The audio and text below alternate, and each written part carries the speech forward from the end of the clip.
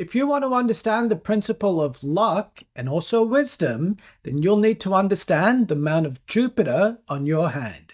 And in this video, I'm going to teach you guys all about this.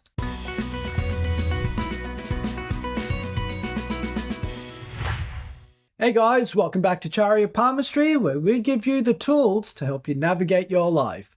My name is Sulabh Jain, and in this video, we're going to be talking about the Mount of Jupiter and what it represents on your hands. Now, the Mount of Jupiter is located underneath the index finger, and it's this little semicircular area just over here. Now, to understand what Jupiter represents and what it brings into your life, there's two words, I suppose, that are associated with this planet more than anything else. That is luck and also wisdom. You see, Jupiter is the teacher of the gods, and it teaches through giving wisdom and instruction to other people. And through learning and integrating those teachings, they develop their own good karma, which translates into luck for them. This is also something that works for you.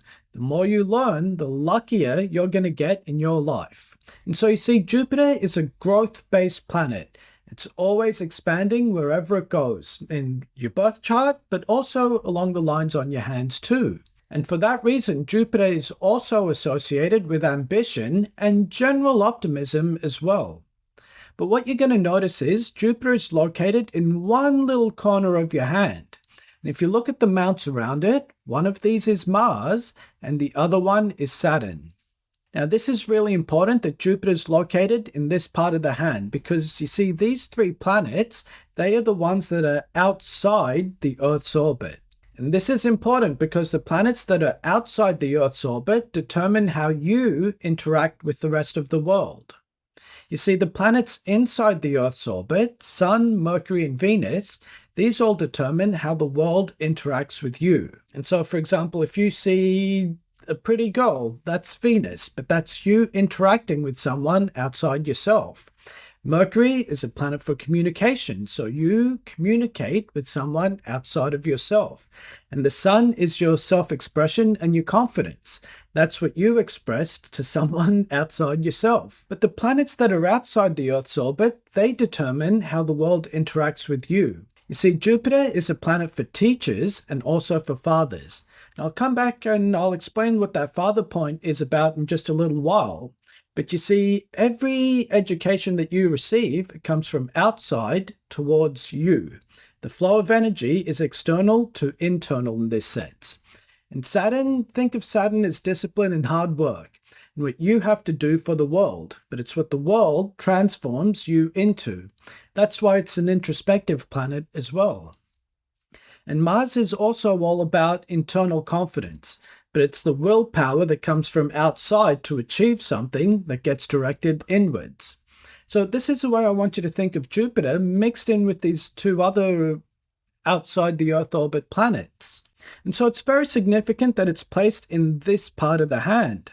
The other thing I want you to have a look at is that the Mount of Jupiter is located on the opposite side of the hand to the Moon, and it's also opposite to Mercury and Venus as well.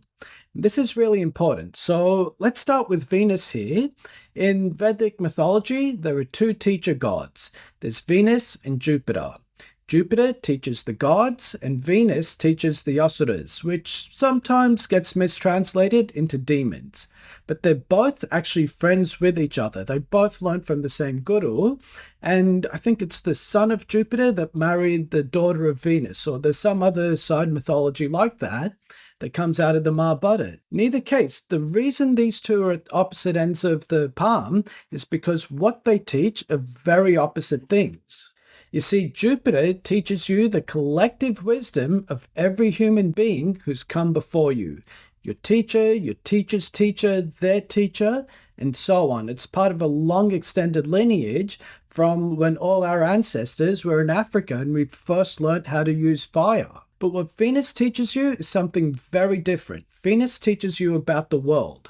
So one is about, Jupiter is about lofty ideals such as dharma and life purpose and things like this. Venus is about the here and now, or the education about the here and now. And so that's one observation to make. Also note that Mercury is on the opposite side of the hand to Jupiter. Now, in mythology, Jupiter and Mercury, they hate each other. And the reason for that is because Mercury is actually the son of Jupiter. In the Mahabharata, there's a story where the wife of Jupiter had an affair with the moon god, and Mercury was born as a result of that affair. Now, Jupiter did not want to raise Mercury as his own child because he thought it wasn't his child.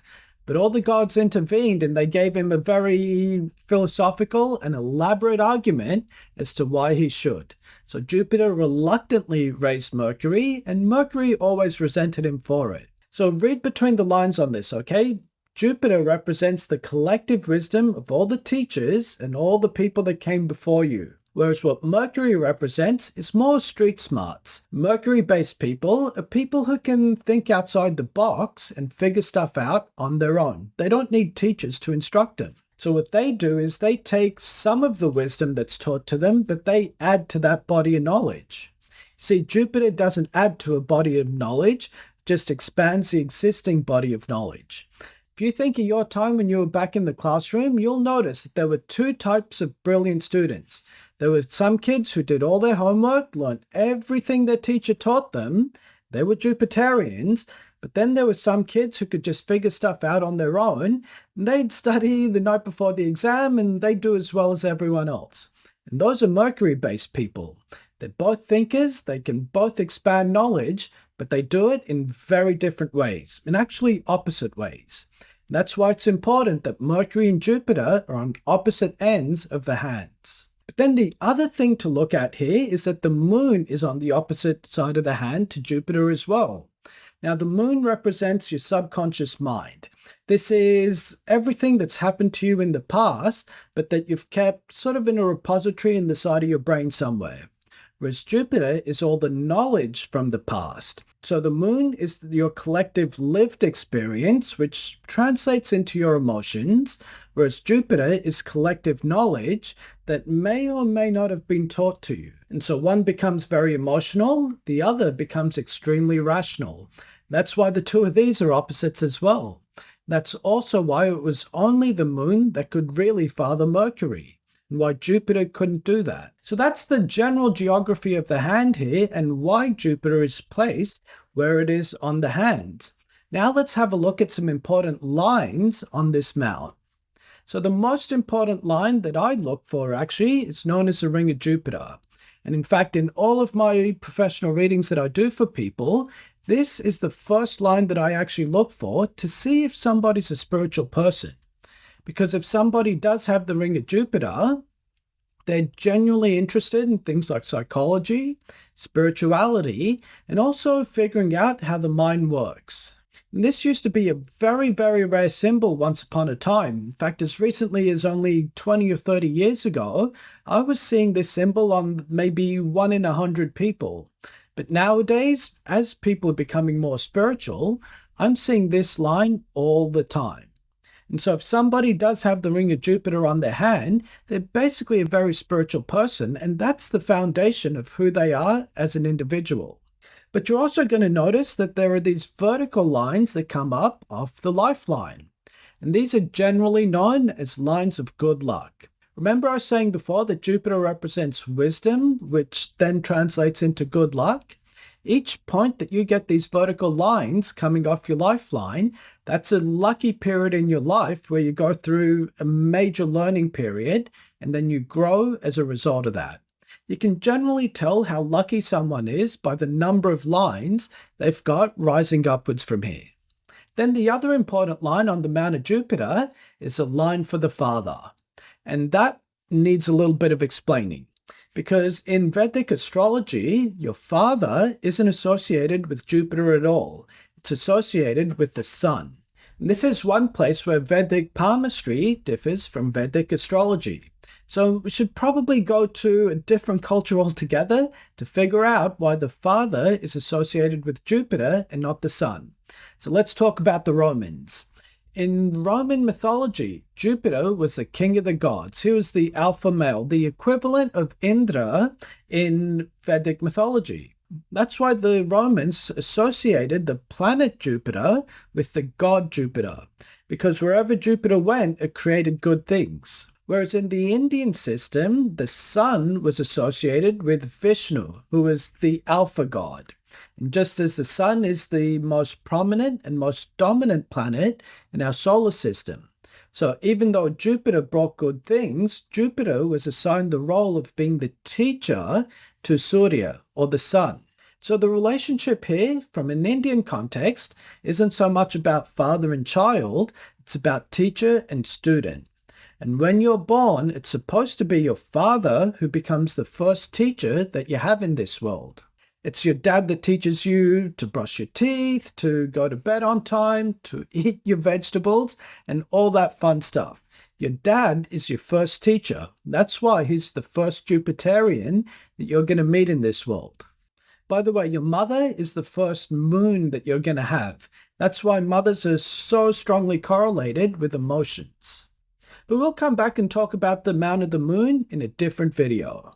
So those are the major lines on the Mount of Jupiter. Let's have a talk about some of the important signs and symbols that come up on this part of the hand. And the most important one of these is the cross or the star. Now, the general rule with symbols on the Mount of Jupiter is that they don't have a bad meaning. Mostly the cross or the star, they can have a negative connotation if they're on other parts of the hand. But if they're over here, then that's a sign of good luck and strong spiritual talents. The other prominent sign that comes up here is either the swastika or the window symbol.